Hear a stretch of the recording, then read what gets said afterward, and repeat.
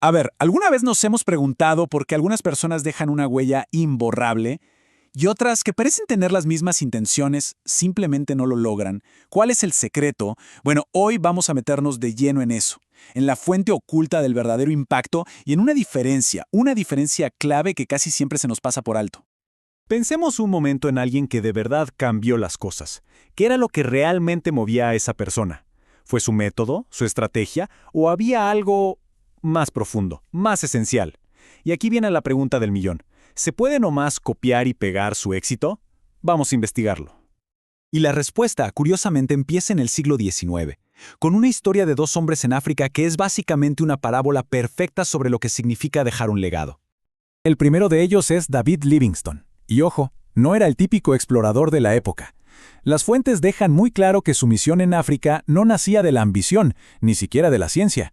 Lo que lo impulsaba era otra cosa, algo que se describe como un motor potentísimo, una convicción espiritual que lo movía todo. Y ese motor, toda esa fuerza, se puede resumir en una sola creencia. Para Livingstone, esta frase no era un dicho o una simple declaración de fe. No, era él la realidad que definía su mundo entero. Jesucristo es el Mesías resucitado, Rey de Reyes. Esa convicción fue la razón, el porqué de todo, por qué sanaba, por qué enseñaba, por qué se entregó a África hasta el último día de su vida. Y es justo aquí donde la historia da un giro interesante. Entra en escena Henry Morton Stanley, un periodista que encontró a Livingstone, quedó fascinado, tan impresionado que dijo, yo quiero continuar su legado. Pero, y este es un pero gigante, había una diferencia crucial.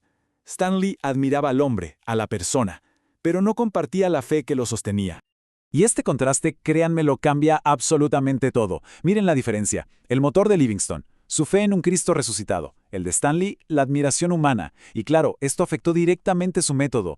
Donde Livingstone usaba la compasión, la sanación, Stanley recurría a la violencia, a la fuerza. ¿El resultado? Pues era inevitable. Un legado totalmente opuesto. Uno de inspiración frente a otro de pura confusión. Es una metáfora increíblemente poderosa para describir lo que pasó.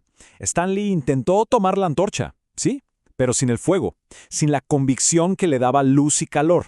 Era una imitación de la forma, pero completamente vacía de la esencia que la hacía funcionar.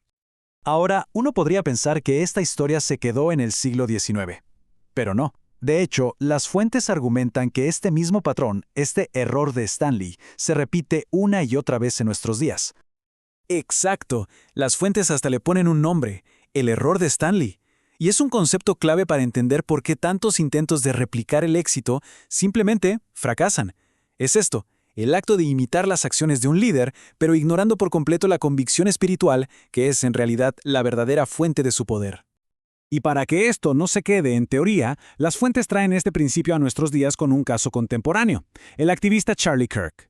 Se dice que alrededor de su figura pasa algo muy similar. Mucha gente intenta copiar su impacto, sus métodos, pero a menudo se les olvida lo más importante, el motor que lo impulsa.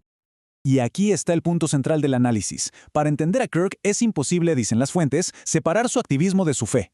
Se argumenta que su visión no es, en el fondo, política. Al contrario, sus acciones políticas son más bien una consecuencia, una manifestación externa de una convicción teológica muy específica y fundamental. ¿Y cuál es esa convicción? Les va a sonar familiar. Es, palabra por palabra, la misma confesión de fe que movía a Livingstone. Jesucristo es el Mesías resucitado, Rey de Reyes.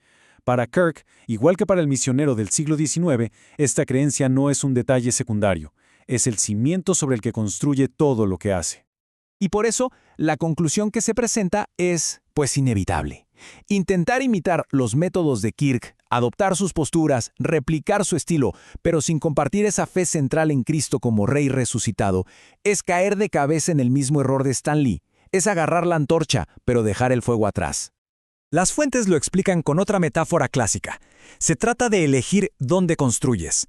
Puedes construir sobre la base inestable de la imitación, la arena, o sobre la base sólida de una convicción profunda, la roca. Y un edificio construido sobre arena, bueno, ya sabemos cómo termina esa historia, ¿no? Tarde o temprano se viene abajo.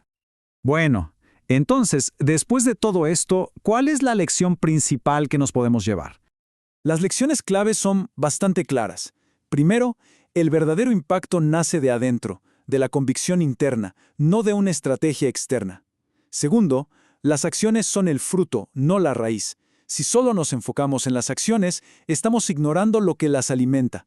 Imitar estrategias no es lo mismo que compartir un fundamento. Y por último, sin una fe viva, la simple admiración pues puede terminar como con Stanley, en pura confusión. Al final, el argumento central es este.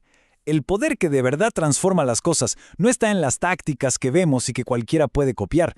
Reside en ese fundamento invisible, pero vivo, de una fe auténtica. Ahí, y solo ahí, es donde está la verdadera fuerza. Y esto nos deja con una pregunta final. Para pensar, cuando admiramos a alguien, ¿qué es lo que buscamos realmente? ¿Imitar sus acciones? ¿O llegar a compartir su convicción? Porque, como acabamos de ver, la respuesta a esa pregunta lo cambia absolutamente todo.